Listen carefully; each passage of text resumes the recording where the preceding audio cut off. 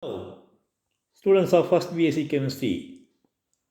In my previous lecture, we were discussing about the words which are involving in action called as verbs. First, we started to familiarize ourselves with the words which are involving in action by describing how pastry or bakery items are made in a bakery. Cakes, puffs, all are made in a bakery. So bakery is just like a factory. There we saw how cakes, confectionaries, puffs, and other items are produced or manufactured. After that, we carried out a task. You are supposed to fill the task, fill in the blanks in the notebook that has to be maintained by you as per the instructions given by me already. After that, in the previous lecture, we saw what are the what is your experience in driving. We saw the different ways of driving: cycle, motorbike, car, rail engines, boat, and aeroplanes. All these items are driven by people, and one who drives a cycle is called as a cycle rider. Motorcyclist driving a car is called as a driver of the car. We have rail engine drivers, boatman, one who drives a boat is a boatman, and a pilot, one who drives a plane is called as a pilot. You are supposed to share your experience in any of these vehicles over which you have a riding experience. And after that, you are given a task. Based on the task, you are supposed to share your experience. We had some words. You are supposed to select the words given in the name, given in the box, to narrate the experience of your riding or driving. So, after that, we have learnt that the action words are called as words. So, after understanding what is a verb, we started classifying the words.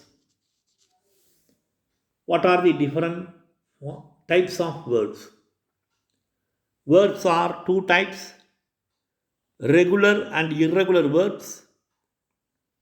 And we saw the different forms of verbs which are commonly used: the infinitive present form of verbs, present, past, and perfect tense for verbs. The collection of verbs are given in your textbook. Nearly some 45 to 50 words are given. Please read them. These words are commonly used by us. And as you slowly read and develop the subject, you will come across a lot of words in your lifetime and you can learn a lot of words. You are given a task after the tabular column in your English for communicative English textbook.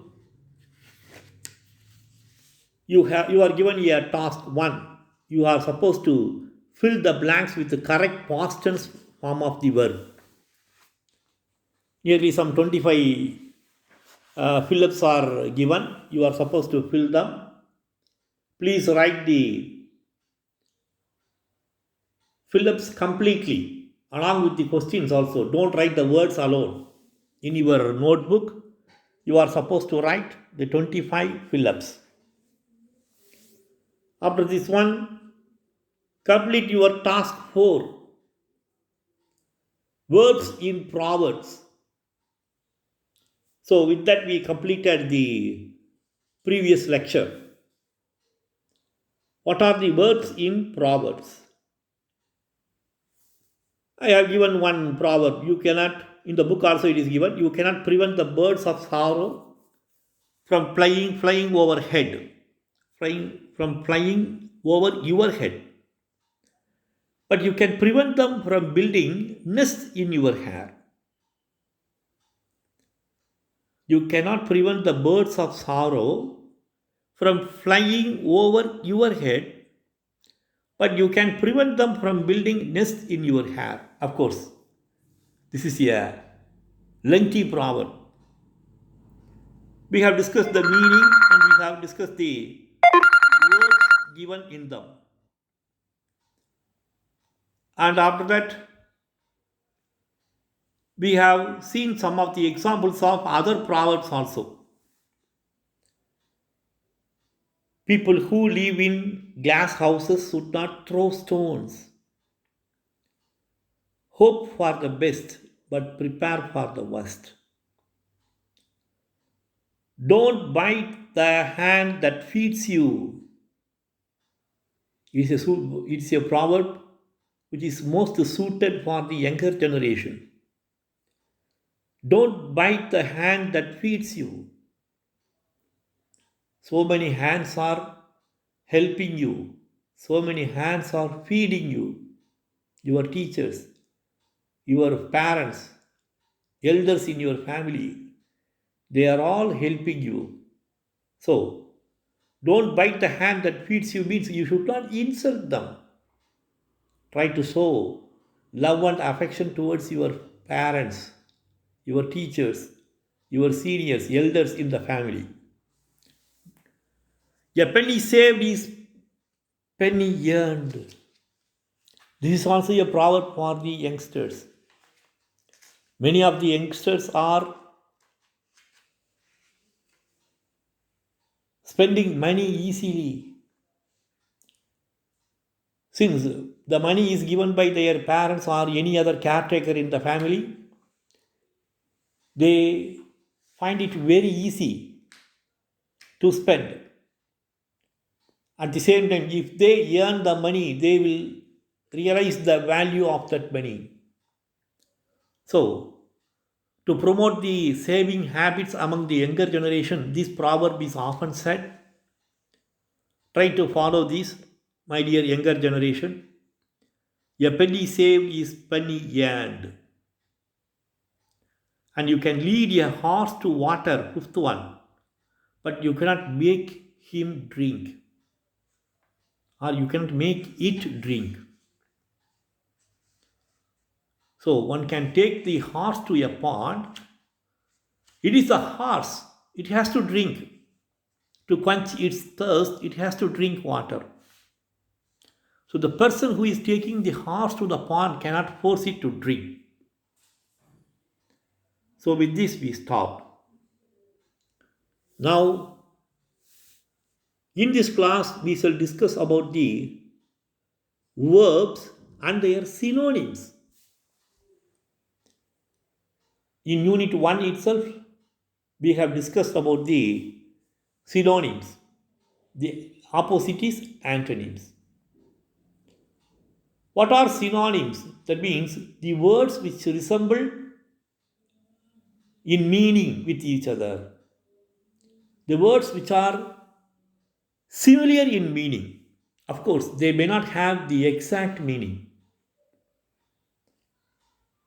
See, how can you find the words which are similar in their meaning?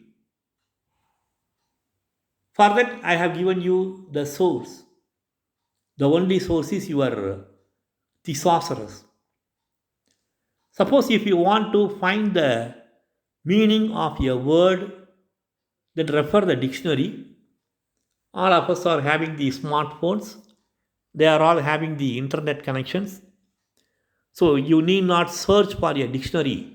If you want to find the meaning, then immediately if you give the word in Google search, you will get the meaning. Online dictionaries are available, online thesaurus are available. So you can refer them and you can find the meaning for any word and the words which resemble with each other, which are similar to the word in meanings. So that is the use of thesaurus.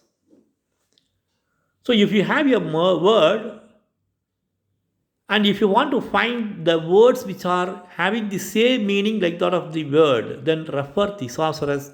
You will come across a minimum of some 5 to 10 words which are similar in meaning in English language.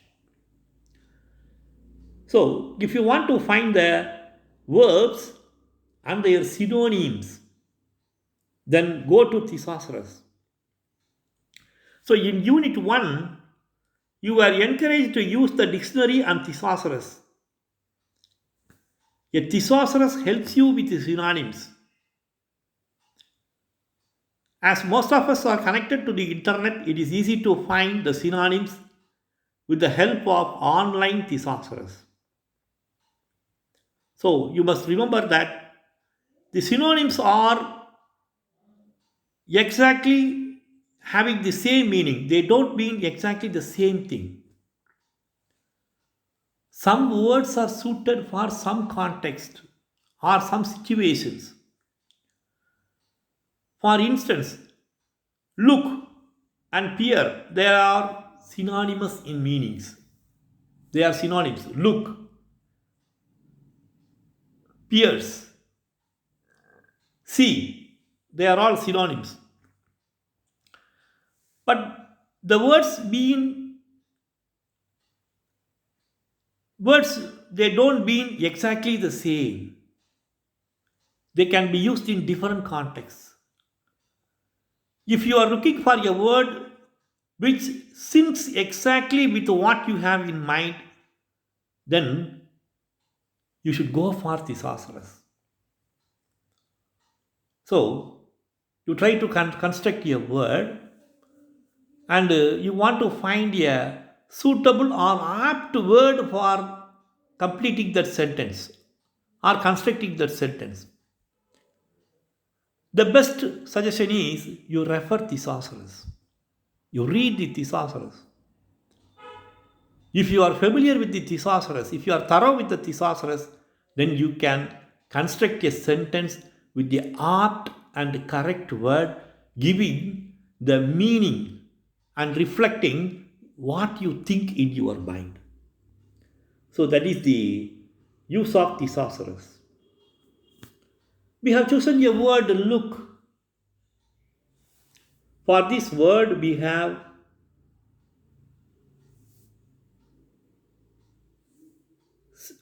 different synonyms. We have synonyms. For example, blink. You are looking at something and you are blinking. That is also a look. So, blink, that means you look at with disbelief.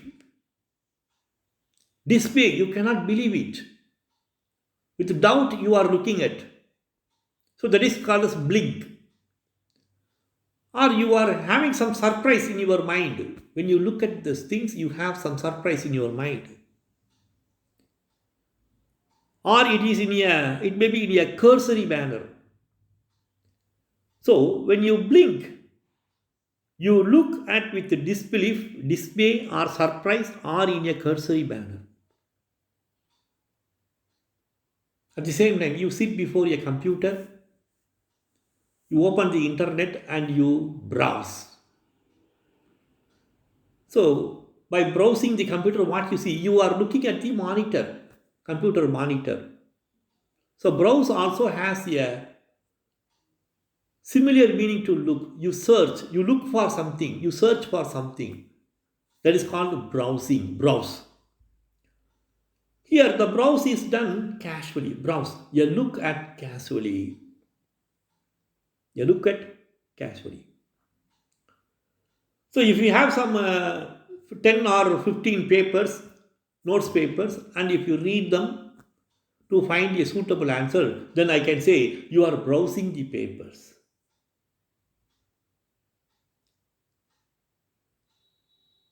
Suppose I make a request, you consider this one. That means I give you a requisition letter.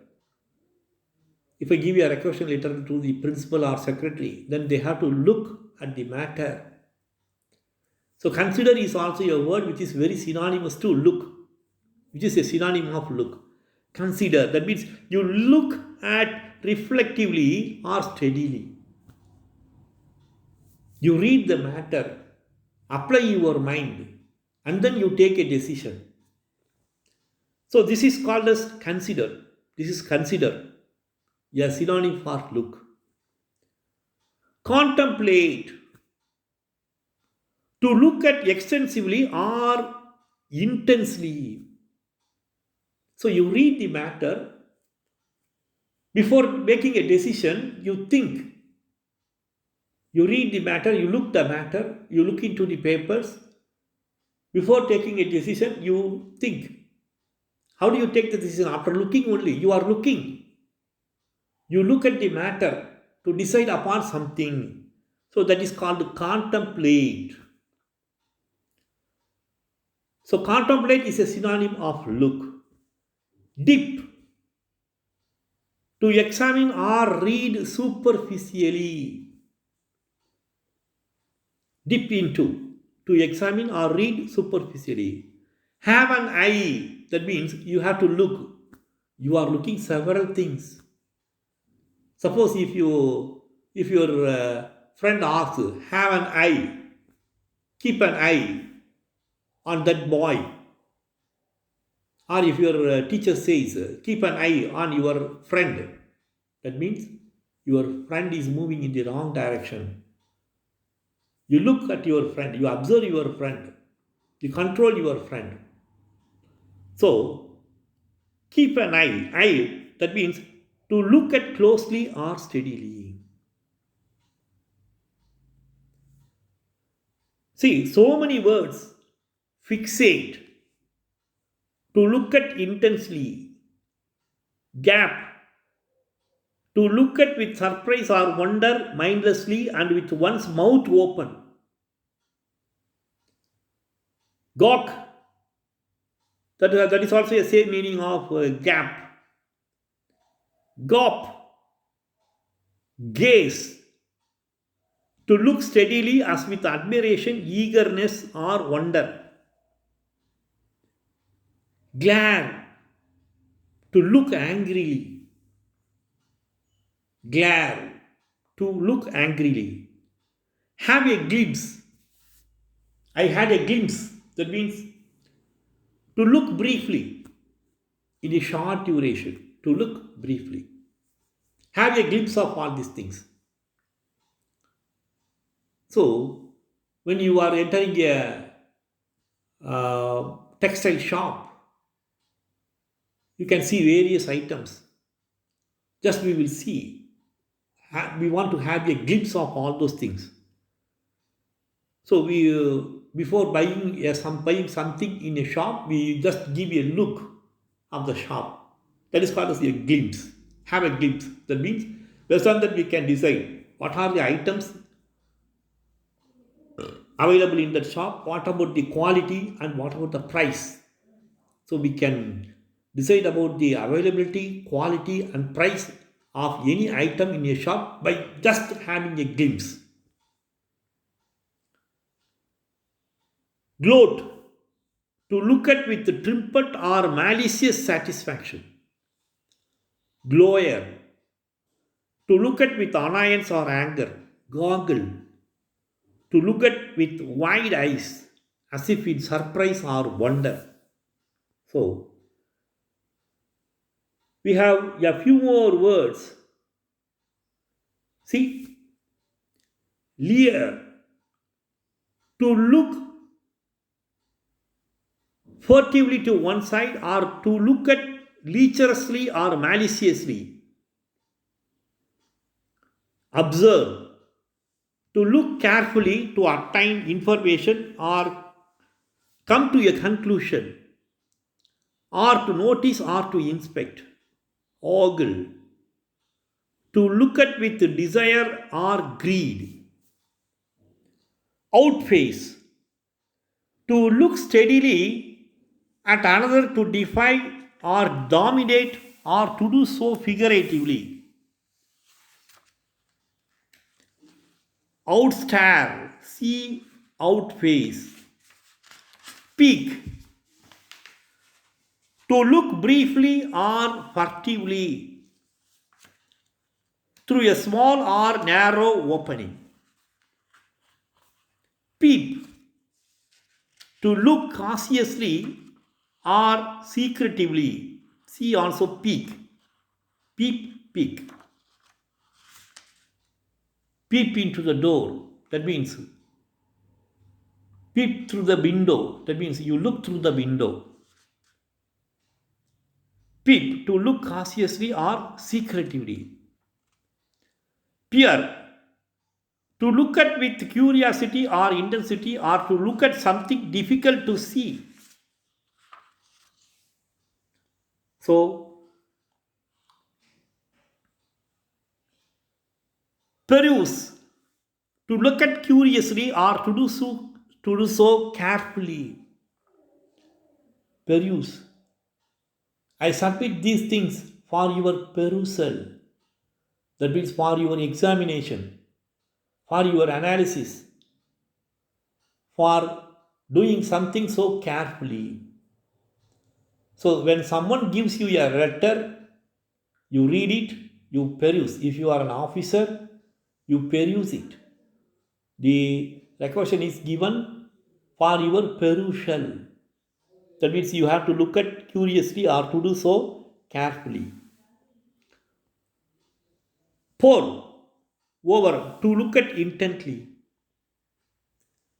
Record, to look at alternatively or to evaluate. Rubberneck, to look at it, to look at in curiosity. Scan, to look at quickly or to look through text or a set of images or objects to find a specific one. Skim, see, scan. Stare, to look at intently. Stare, to look at someone else to try to dominate. Study, to look at alternatively or with attention to detail. Watch, to look carefully or in expectation. Wink, to look at while blinking one eye to signal or tease another person. So, nearly 35 synonyms are available for one word, namely look.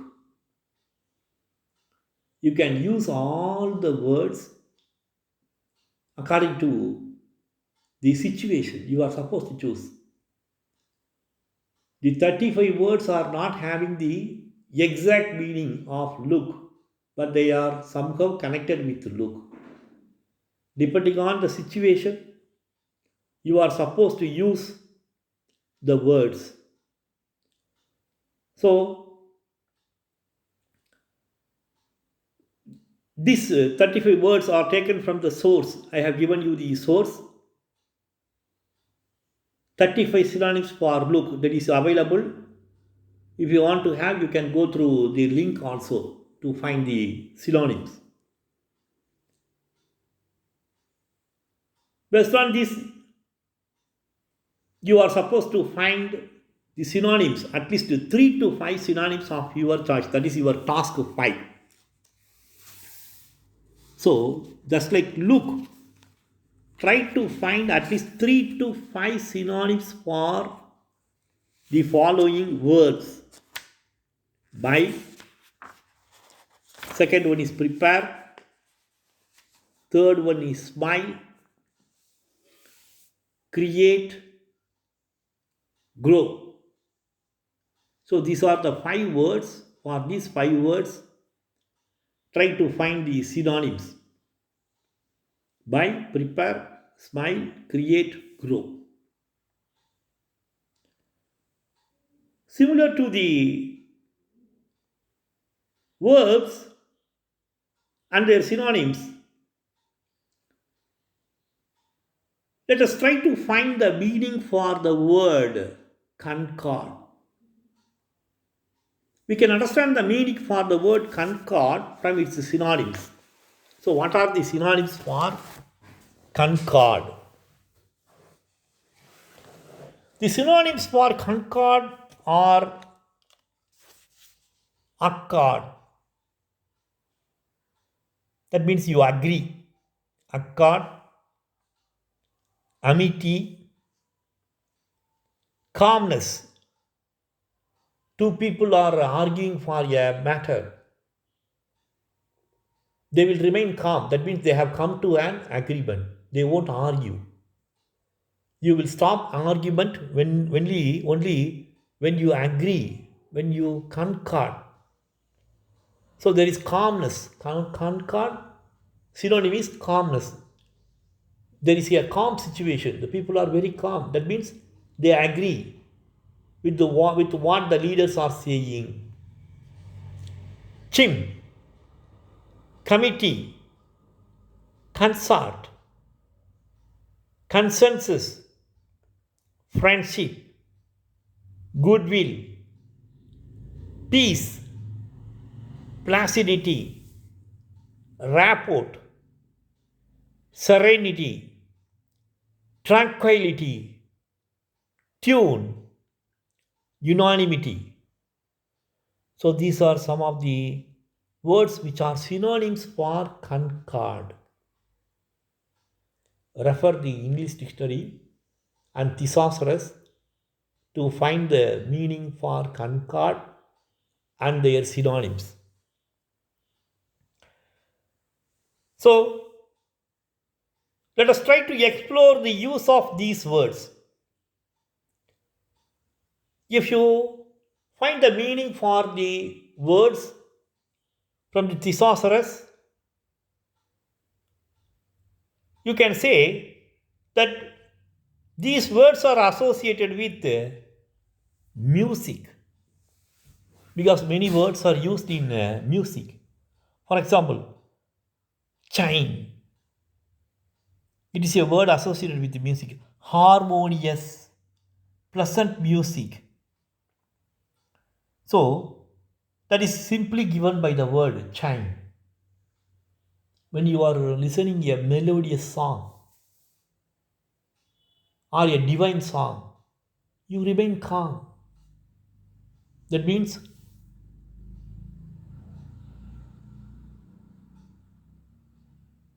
you have a goodwill also. You pray to God with a good intention. So, it is the word chime is connected with music, which is a synonym of concord. Peaceful relationships, as in friendship, goodwill. And we have the words which are connected with the teamwork, rapport, unanimity, consensus. All the members of our team, we had a consensus. We are consensus on this matter. We had a consensus on this matter. That means we agree on this matter. We have decided. We have taken a decision to complete the project before this new year. So, good vibes in teamwork as in rapport, unanimity, consensus, amity. And we have words tranquility, serenity, placidity, calmness. They are all connected with the feeling of peace. And there are some words which are connected with working together. Working together is invoked in concerted effort to make something successful.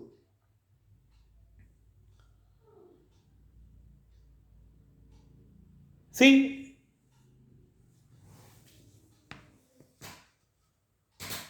speaking with one voice in unison, singing in unison, cheering in unison, or shouting in unison. So, we come across some 5 or 6 different situations after analyzing the meaning of the word, after analyzing the synonyms of concord and their meaning. So, some words are connected with music, some words are connected with peaceful relationships, and some words are connected with the words of teamwork, some words are connected with the feeling of peace, and some words are connected with the working together, and some words are connected with speaking in one word or in unison. So, concord, that means it has so many meaning, acceptable, we have to agree, it is in accord, acceptable, it is in goodwill. So it is connected with calmness, rapport, tune, tranquility, serenity, everything. Now, I the picture is given in your book. I have taken that one also, communicative English. The picture denotes peace and harmony. See, so far we have seen the synonyms for concord. What is the antonym for concord? So, you can find a few words which are antonyms for concord. Agitation. If you accept something, you will remain calm. Serenity, tranquility. So, these are synonyms of concord. On the other hand, if you don't accept this, accept something, if people don't accept the words of leaders, now we have agitation. Our farmers are fighting for their rights against the government in and around Delhi. Farmers from Punjab, they are trying to enter into the capital, but they are stopped by the police. So it is an agitation. So when you don't accept agitation, disagreement, discord. So concord, discord. Concord, accept. Discord, you don't accept. Disagreement. You oppose. You agitate. Harmony. It is a word connected with concord. When people accept, there will be perfect harmony, peace, tranquility. But when people don't accept, opposite of harmony occurs, disharmony. Disturbance, there is no peace. Disturbance, there is no tranquility. So disturbance is an antonym for concord. Hatred, we don't like each other. We don't accept each other. Hostility, we see others as enemies. Disunity, there is no unity. People in a team will not work together if there is no consensus. So, consensus is a synonym for concord. Disunity, unity is a synonym for concord. The opposite is disunity, antonym for concord. So, let us see what the Oxford or Cambridge English Dictionary defines. The Cambridge English Dictionary defines concord as agreement and the peace between countries and people. So, whatever may be, if there is agreement and peace between countries or people or in anything, any matter, if there is agreement, It means to concord. Similarly,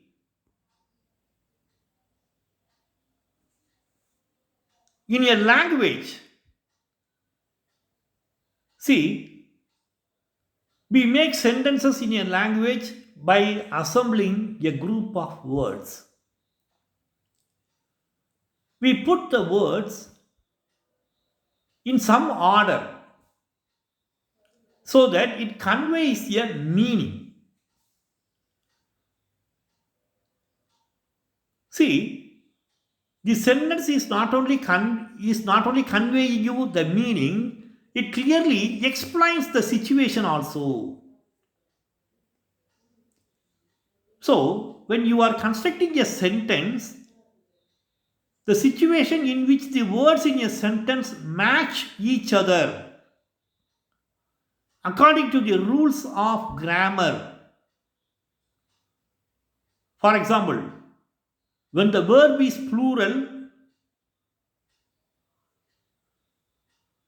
see, the subject must be a plural.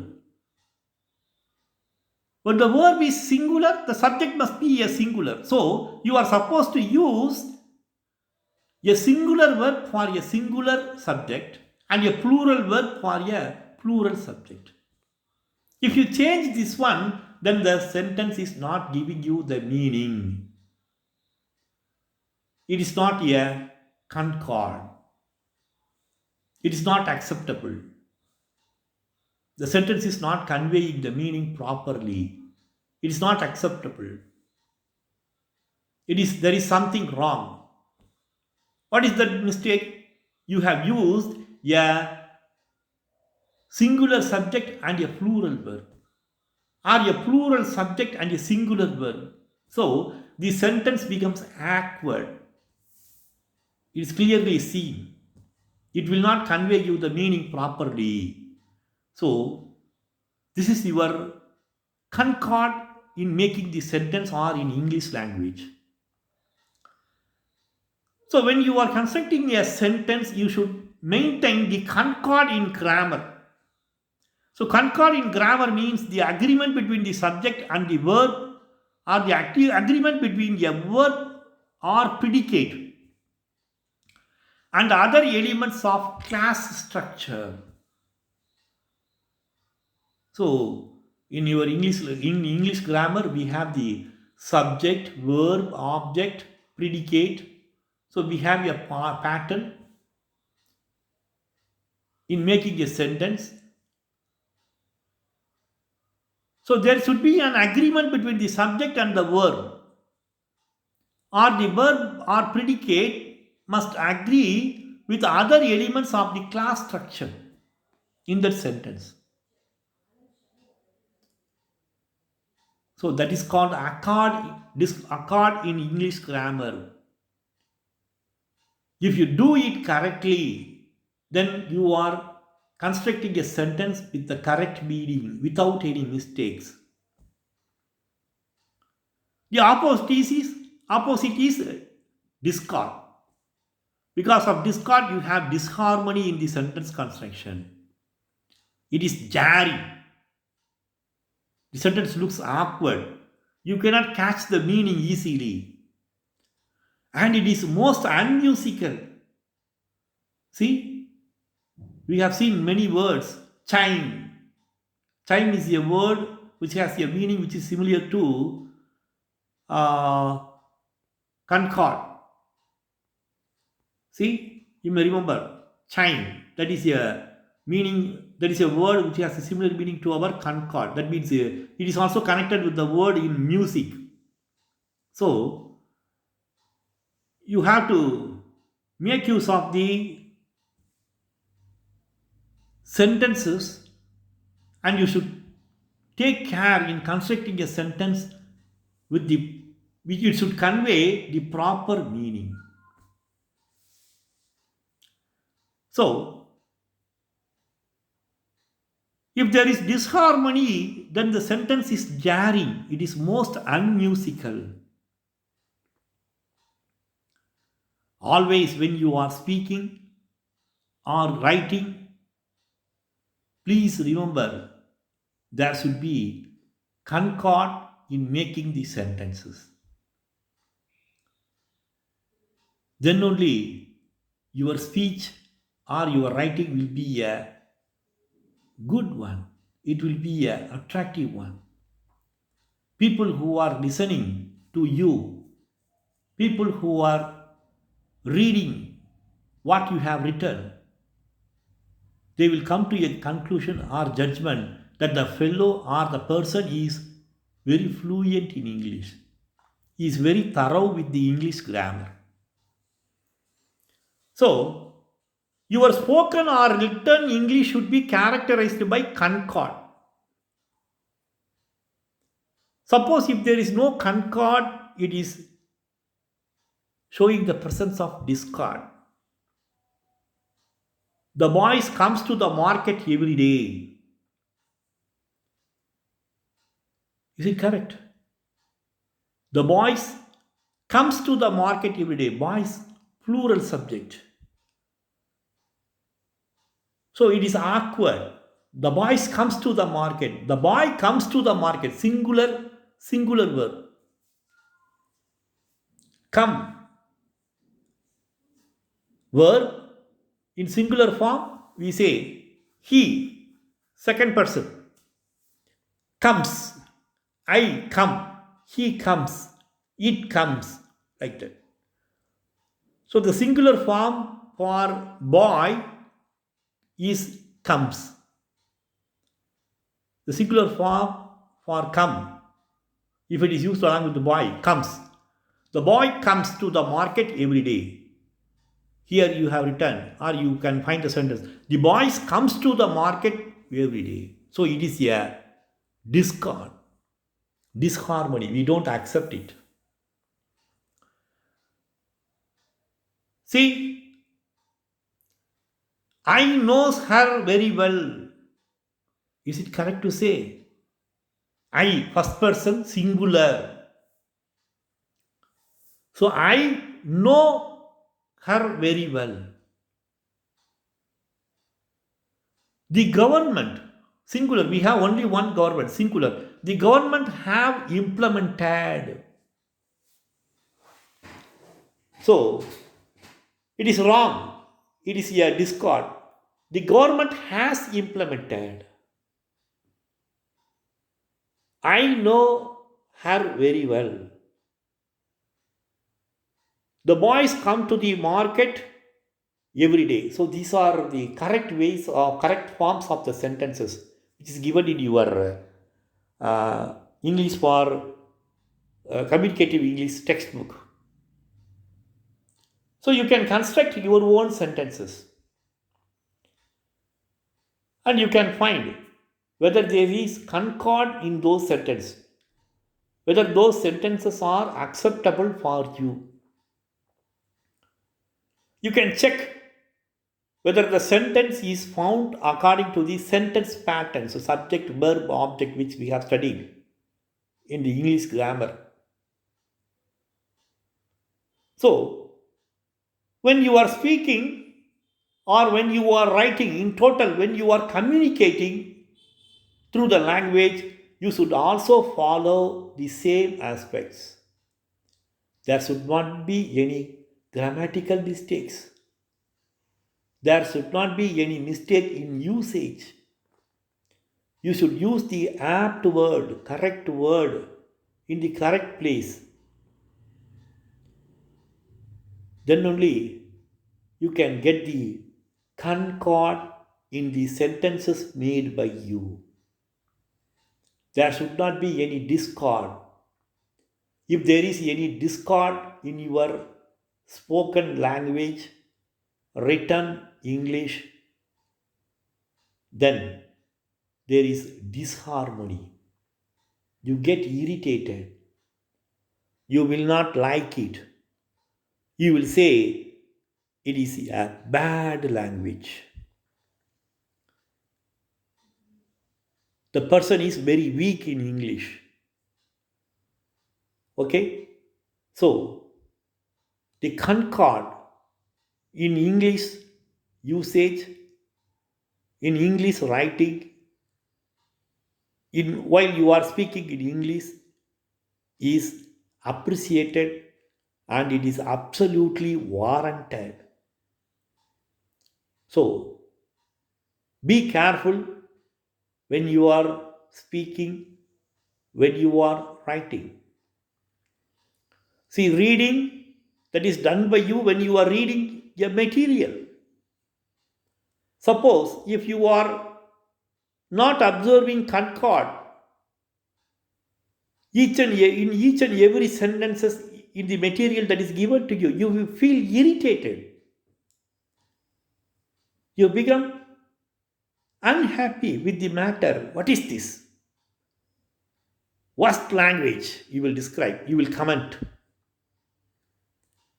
Suppose if I make so many mistakes in constructing a sentence or so many mistakes while I am giving you the lecture, would you accept me as a good teacher? You won't accept. So the same thing is for you. There should not be any mistake in constructing a sentence. There should not be any grammatical mistakes.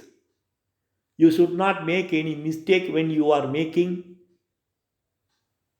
or when you are choosing the words to use it properly. Be careful with your verbs. So, if you are following these instructions, then there will be concord in the sentences made by you, and it will be a pleasant experience if you write something or if you speak something and your speech or writing will be appreciated if there is concord. In the next class, we shall see the different types of concord. With this, I conclude this lecture. Thank you.